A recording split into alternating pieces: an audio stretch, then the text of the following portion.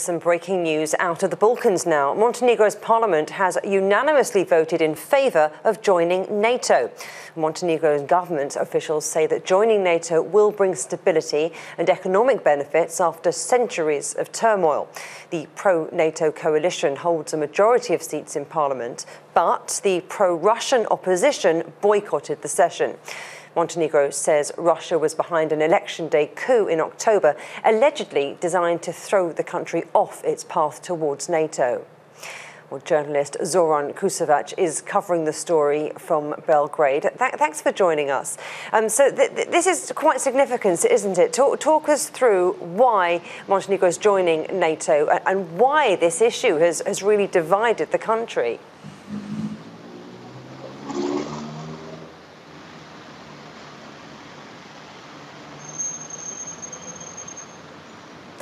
I'm just wondering now if Zoran can hear us. Zoran, can you hear me?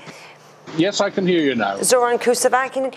Okay, fantastic. I wanted you to tell us about the significance now of Montenegro joining NATO and why it's an issue that's really divided the country.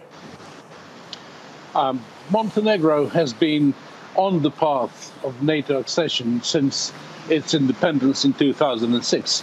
With Serbia, it used to make what was called the rump Yugoslavia, a country that existed for only 15 years. And once Montenegro became independent, fearful of its powerful neighbors in the Balkans CAG, it decided that NATO was the best course to pursue for its security. So the country has been divided because many see NATO as an anti-Serb organization because of the 1999 campaign in which NATO bombed Serbia under the strongman Slobodan Milosevic because of its involvement and of its human rights record in Kosovo. So the pro-Serb parties in Montenegro see this as an anti-Serb move.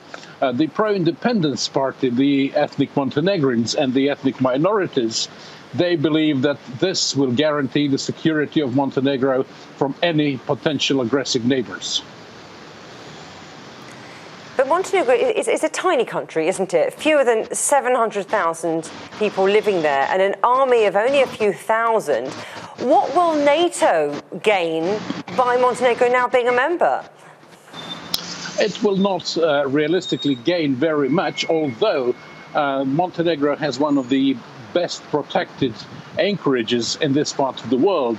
So in the naval sense, it would come in quite handy. As a matter of fact, in the old days of the former Soviet Union, used to use one shipyard in that bay to repair its own submarines and supply ships. So that's really the only military significance. Of course, it's also significant because NATO will completely encircle the two non-members, Bosnia-Herzegovina, where there is a NATO peacekeeping presence, but also Serbia. That is neither here nor there.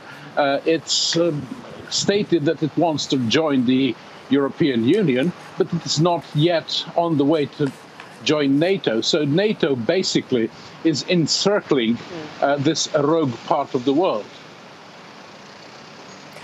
Let's talk about the reactions from neighbours in the Balkans. Most of them, but not all, are members of NATO.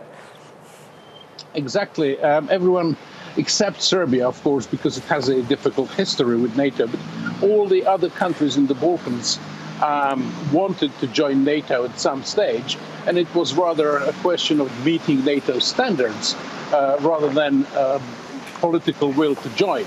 So, of course, all the member states welcome Montenegro. It gives them more credibility, it gives them more regional meaning. And I have to say that the Prime Minister of Montenegro, in his speech today during the vote, actually addressed the opponents of NATO membership in Montenegro, telling them that NATO will also guarantee their safety as well, even though they're against it. So basically, it's a done deal now. Montenegro will now officially become a new member of NATO on May the 25th.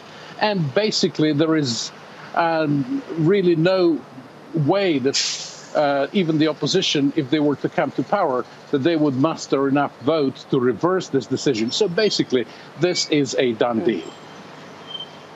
It's a done deal. Well, Zoran Kusevic covering the story in Belgrade. Thank you very much for that insight and analysis.